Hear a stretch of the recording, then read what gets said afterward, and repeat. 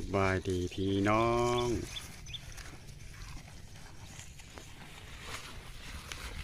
ถ้ามาเบิ่งเท้าลูกนั่งจ่อยนะป้อนอาหารเพิ่นใหญ่เป็นบ่าวเลยเด้อแล้วยังเสือกผูกคออยู่พี่น้องเอ้ย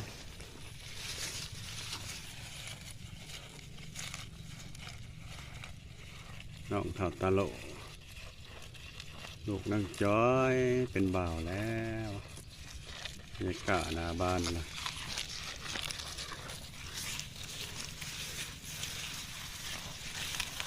ว่างๆยามแรงเกี่ยวหญ้าอ่อนๆมาให้เพิ่นแซ่บดีหวานหญ้าหวาน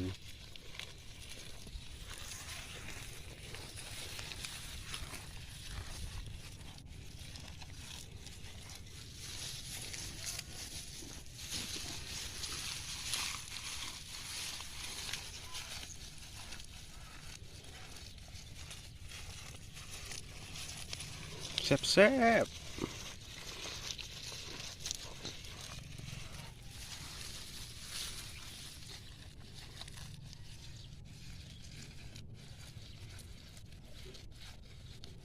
น้ำบวยกระบวยกระบวยกระบวย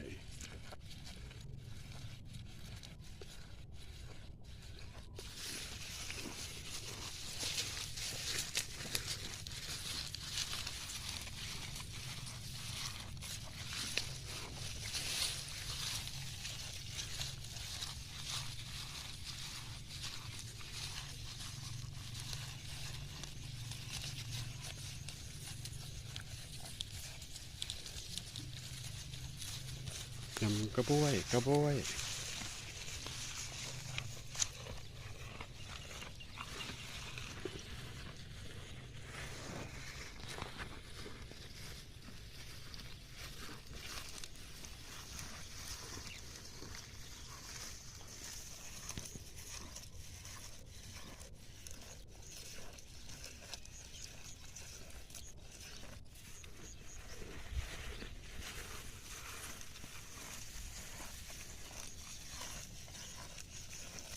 ว้าคำใหญ่เลย